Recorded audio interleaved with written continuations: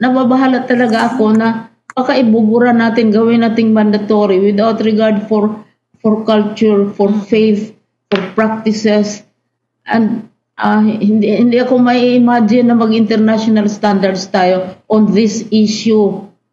Because not only are there are Christians, there are people of other faiths who are not necessarily also enthusiastic about making this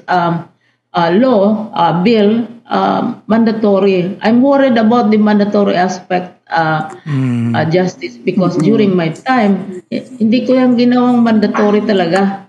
Pag sasabihin ng isang church group or isang group of concerned parents na ayaw nila ng isang bagay, hindi natin yan pinipilit kasi kasama yan sa kaugalian natin.